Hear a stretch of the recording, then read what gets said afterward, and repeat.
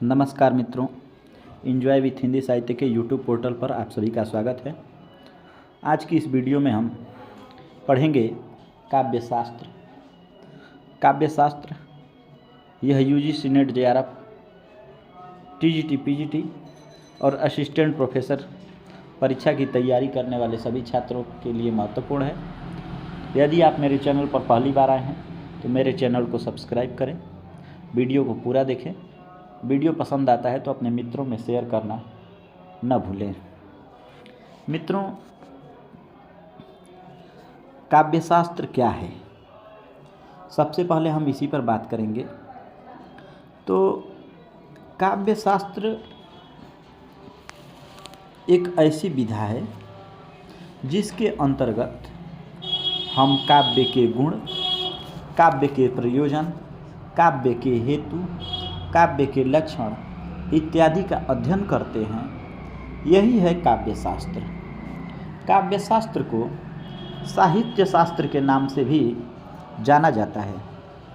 चलिए हम लोग आज की इस वीडियो में प्रमुख काव्यशास्त्रीय आचार्यों के बारे में पढ़ेंगे, जिसमें से प्रथम काव्यशास्त्रीय आचार्य हैं भरत मुनि। भरत मुनि वह आचार्य हैं जिन्होंने रस सूत्र का नियम दिया, जिन्होंने रस की परिभाषा दी, जिन्होंने अपने रचना में रस को महत्व दिया। उन्हीं के बारे में आज हम लोग बात करेंगे। मित्रों, एक एक वीडियो के अंतर्गत एक एक आचार्यों पर हम लोग चर्चा करेंगे, विस्तृत चर्चा करेंगे और उन सभी महत्वपूर्ण टॉपिकों पर बात करेंगे जो परीक्षा की दृष्टि से बहुत महत्वपूर्ण है। यदि आप मेरा यह पूरा वीडियो देखेंगे तो हमें उम्मीद है कि आप लोग अगली वीडियो का ज़रूर डिमांड करेंगे। आप लोग इसे पूरा देखें। हमने अपने प्रयास के द्वारा, अपनी मेहनत के द्वारा महत्वपूर्ण चीज़ों को एक जगह एकत्रित करने का प्रयास किया है और आप लोगों के सामने रखने का प्रयास किया है। चलिए समझते हैं। देखिए, काव्यशास्त्र के अंतर्गत सबसे जो पहला आचार्य का नाम आता है भरत मुनि का आता है। यह भरत मुनि को आचार्य बलदेव उपाध्याय ने, किसने?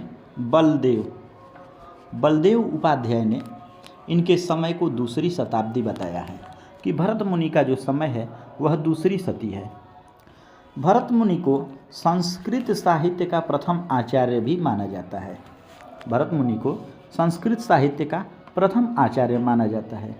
और भरत मुनि की जो प्रसिद्ध रचना है वह है नाट्यशास्त्र। कई बार परीक्षा में पूछा जा चुका है कि नाट्यशास्त्र किसके द्वारा लिखा गया ग्रंथ है। तो काव्यशास्त्र के जो नाट्यशास्त्र के लेखक हैं वो कौन हैं? भरत मुनि। इस नाट्यशास्त्र में है क्या? तो इस नाट्यशास्त्र में भरत मुनि ने नाटक के सभी पक्षों का विवेचन किया है। साथ ही देखिए, एक महत्वपूर्ण बात आप लोगों को और बता देना चाहते हैं कि भरत मुनि ने अपने नाट्यशास्त्र को पंचम वेद बताया है। क्या बताया है? पंचम वेद। कि यह नाट्यशास्त्र क्या है?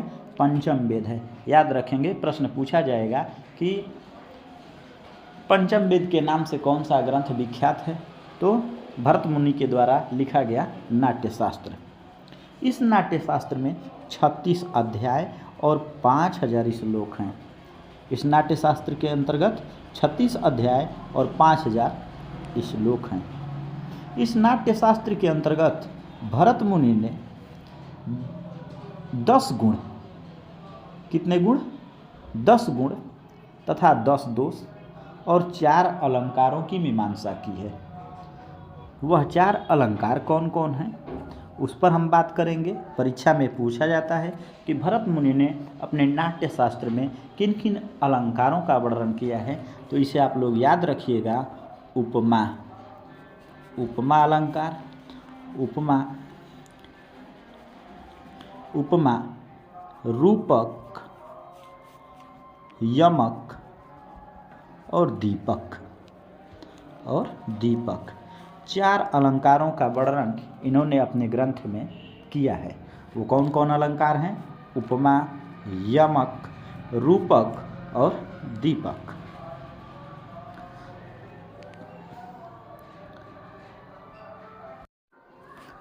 मित्रों, भरत मुनि रसवादी आचार्य हैं, इसलिए इन्होंने अपने ग्रंथ के छठवें अध्याय में रस का वर्णन किया है, वहीं 7वें अध्याय में भाव का वर्णन किया है। प्रश्न पूछा जाएगा कि आचार्य भरत ने रस का वर्णन किस अध्याय के अंतर्गत किया है, तो 6वें अध्याय में। हालांकि नाट्य शास्त्र के अंतर्गत कुल 36 अध्याय हैं। कई बार ये भी परीक्षा में पूछा जा चुका है कि भरत मुनि ने रसों की संख्या कितनी मानी है। तो मित्रों, भरत मुनि ने जो रसों की संख्या मानी है वो 8 मानी है। अभी हाल ही के असिस्टेंट प्रोफेसर की होने वाली जो परीक्षा हुई है, इस परीक्षा में भी ये प्रश्न पूछा जा चुका है। अभी इसमें आया था कि भरत मुनि ने रसों की संख्या कितनी मानी है, तो इसका सही उत्तर होगा 8 रसों को भरत मुनि मुख्य रस मानते हैं। वैसे तो मुख्य रस इन्होंने 4 को ही माना है, लेकिन 4 रसों से अन्य 4 रसों की उत्पत्ति बताई है और इस तरह से उन्होंने कुल रसों की संख्या 8 बताई है। इनका एक महत्वपूर्ण कथन है, इसे भी आप लोग याद रखेंगे। इनका जो महत्वपूर्ण कथन है परीक्षा में पूछा भी जाता है या इंटरव्यू में भी पूछा जाता है कि भरत मुनि ने रस के संदर्भ में क्या बोला है, उस श्लोक को बताइए। तो वह श्लोक महत्वपूर्ण देखिए, यह है विभावानुभाव व्यभिचारी संयोगाद्रस्य निष्पत्ति। विभावानुभाव व्यभिचारी संयोगाद्रि रस निष्पत्ति, यानी विभाव अनुभाव व्यभिचारी भाव के संयोग से रस की निष्पत्ति होती है। यह लाइन आप लोग याद रखेंगे। परीक्षा में पूछा जा सकता है कि यह कथन किसके द्वारा है, तो आप इसे बताएंगे आचार्य भरत मुनि। चलिए आगे हम बात करते हैं। देखिए, भरत मुनि के जो नाट्य शास्त्र ग्रंथ हैं, उस नाट्य शास्त्र पर अभिनव गुप्त ने एक टीका लिखा। उस टीका का नाम क्या है, तो अभिनव भारती। प्रश्न आए कि अभिनव भारती नाम से टीका किस ग्रंथ का किया गया है, तो नाट्य शास्त्र का। किसके द्वारा किया गया है, तो अभिनव गुप्त के द्वारा। मित्रों, भरत मुनि ने श्रृंगार रस को सर्वोत्कृष्ट कहा है, यानी इन्होंने श्रृंगार रस को प्रमुखता दिया है। और श्रृंगार रस के संदर्भ में उन्होंने एक कथन भी कहा है, उसे भी आप लोग याद रखेंगे। यह कथन परीक्षा में भी पूछा जा सकता है। उन्होंने कहा कि संसार में जो कुछ भी पवित्र, उज्ज्वल, विशुद्ध और दर्शनीय है, उसकी उपमा इससे दी जा सकती है। किससे दी जा सकती है, तो श्रृंगार से। संसार में जो कुछ भी पवित्र, उज्ज्वल, विशुद्ध और दर्शनीय है, उसकी उपमा इससे दी जा सकती है। यह कथन भरत मुनि का है। मित्रों, हमें उम्मीद है कि यह वीडियो आप लोगों के लिए बहुत ही महत्वपूर्ण होगी। आप लोगों को यह वीडियो समझ में भी आई होगी। कल के वीडियो में हम बात करेंगे अलंकारवादी आचार्य भामह के साथ साथ दंडी की भी हम बात करेंगे। तो मित्रों, यदि आप लोगों को वीडियो पसंद आया है तो मेरे वीडियो को लाइक करें, चैनल को सब्सक्राइब करें, और आपके कोई प्रश्न हैं तो आप उसके लिए कमेंट में अपनी राय या अपने प्रश्न प्रस्तुत कर सकते हैं। धन्यवाद।